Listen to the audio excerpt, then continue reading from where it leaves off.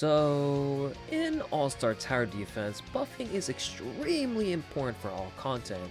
Nowadays, we usually have Idol or Squad 7 Commander to just buff 250% or 300% right off the bat with just the click of a button. But in specific types of content, say the memory raids or the TOP raids, you need Irwin to do the buff for the preset team that you have. And I feel like it would be a great idea to revisit on how to do the buff cycle. The last video I've seen about the buff cycle was about 4 to 5 years ago. And also, I want to give a shout out to It's Your Boy Adam, love the name by the way, appreciate you commenting, to tell him about the best buffers, about where you can obtain them from, and how to get them. And also want to add on to the buff cycle too, because I think personally that knowing or learning how to do the buff cycle is extremely important in this game. So without further ado, let's get into it. But before we get into the video, I also want to set a goal for my YouTube channel. We've been growing pretty fast in the past 2 weeks, so I gotta thank all of you guys for watching the videos and subscribing and liking the video and commenting.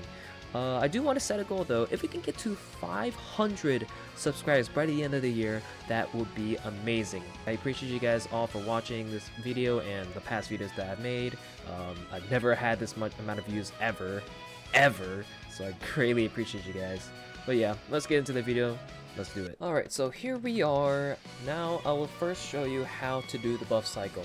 Keep in mind, this is a very important thing to know.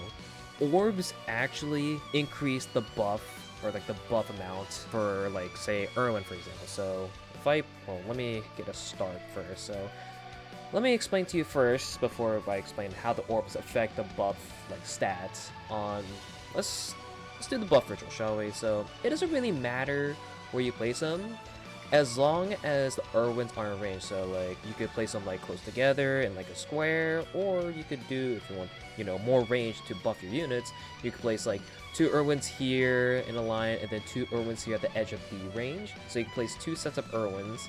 That'll work also. Just make sure that if you're doing the buff cycle, make sure all the buffers are in range of each other so they can keep stacking. So we're just gonna do the typical square buff ritual. So what you want to do, I'll have the text on the screen to explain how the buff ritual works. So you can do this in 1x speed to make it easier for you, or 2x speed if you're really ballsy, 3x speed if you really want to, but I highly not recommend it because timing is key. So in order to start off with the buff cycle, you can just choose any of the Irwins. Honestly, it doesn't really matter. To make sure they're all maxed out before you start buff cycle. So first off, what you gotta do is, activate the first buff, 2, 3, 4, 5, 6, 7, 8. Yeah, so the first thing you gotta do is count to 5 to 8 seconds, depending on what you want, to do the first part of the buff cycle. And then after that, all you gotta do is just wait for one or two of the Irwin buffs to go away, and then you proc the 3rd Irwin buff. Alright, and once the buff goes away, you can proc the 3rd Irwin buff, and then for the 4th one, you just wait for the other one, which right now, there you go. And that's how you properly set up the Irwin buff. As you can see, all the Irwins are at 200%, and since they're auto-activated, the buff should be consistent. If you want like the most consistent buff cycle possible, I recommend doing 1x, but if you want to speed up the process a little bit, say if you're in like a TOP raid and you need the buff cycle fast, you can put it up to 2x speed just to speed up the process. Say like if you're after you proc the first Irwin, you can after you proc the first Irwin, you're waiting for the buffs to go away, you can just put it up to 2x to speed up the process while you're waiting, and then proc the 3rd Irwin. Or if you really want to be really ballsy, go up to 3x and just, go full reaction timing.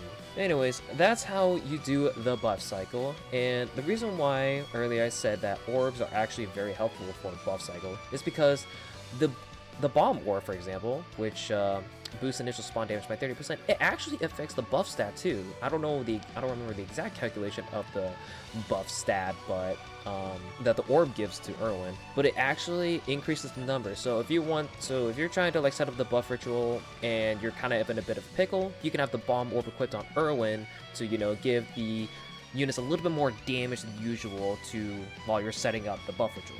For Skeleton Artist, which is a 6-star that you can get from Banner Z, or you can summon the 5-star unit. I don't remember the exact Evo recipe, but He works the exact same way too. He is outdated because obviously we have better options. We literally don't need the buffer tool anymore. So Skeleton Artist is not really he's an option, but he's not necessarily going to be used in any content really. Like Erwin is kind of a must run because certain content like TOP raids or the memory raid, you have to run Erwin to do the buffs for your preset team. Skeleton Artist, however, you don't really need to use him in anywhere. He does the exact same thing with Erwin, or what Erwin does, but instead of 200% for the limit, it's 250% limit. So it's good, but it's not necessarily a must-have option. He's pretty outdated at this point. There's another buffer, Kisuke Urahara, or ex-Captain Bikui. In a way, when he first came out, he was actually insanely good, because not only he has the buff ability, which immediately increases 250% attack stat, and he also buffs the range too by, well, it doesn't show you, but it buffs his range by an X amount of range. But he also has the Funny Valentine ability, so if you want to get him from the Z banner, he is a viable option. He's fairly cheap to max out.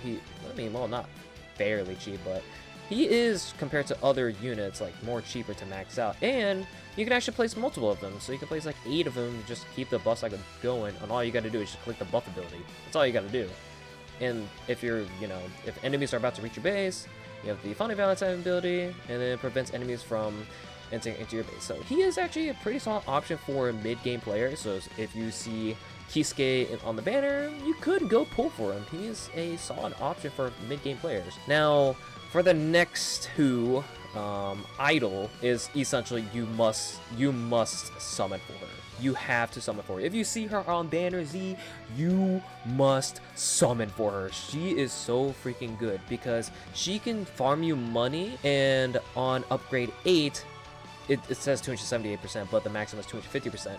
So not only can she buff, she can also make you an insane amount of money too.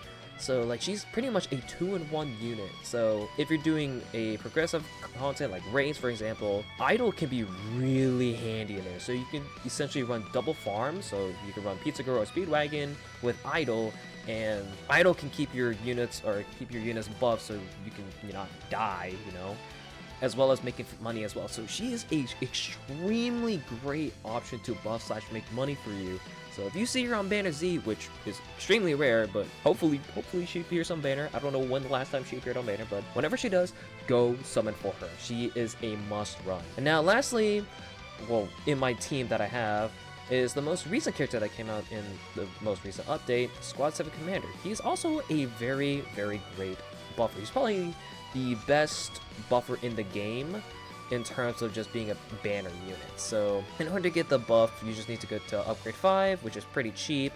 He's almost as expensive as max out Kisuke, so he's pretty good.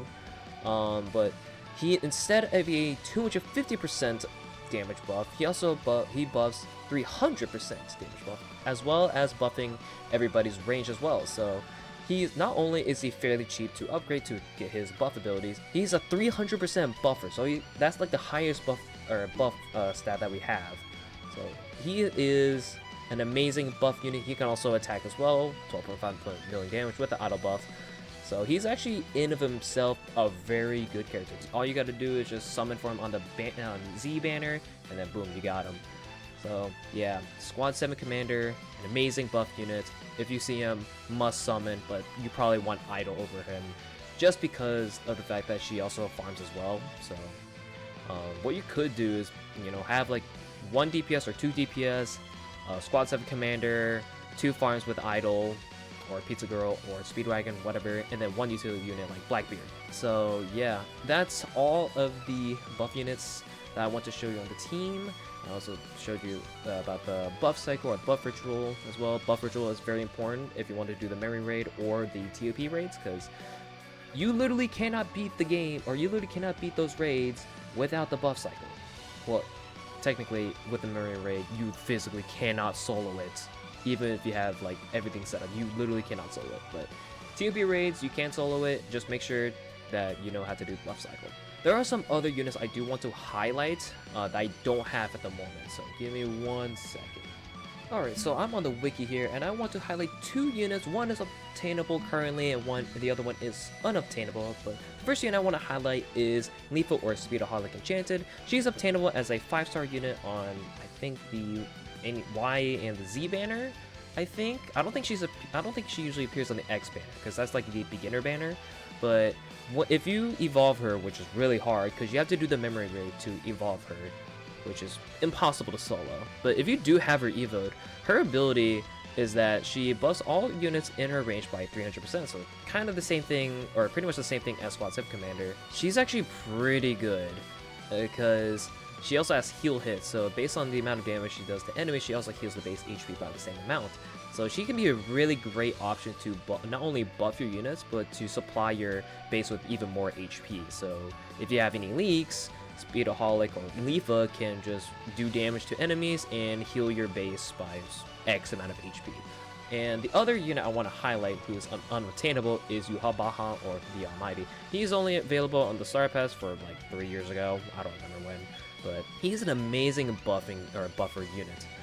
He is kind of expensive to get his upgrade or get his special ability, because he is, as you can see right here, he's an infinite mode meta unit. But the reason why he's probably the best buffer in the game is because upon activation, all units in the map, even outside of Yhwach's range, will receive a 300% damage buff and a 20% range buff for 60 seconds.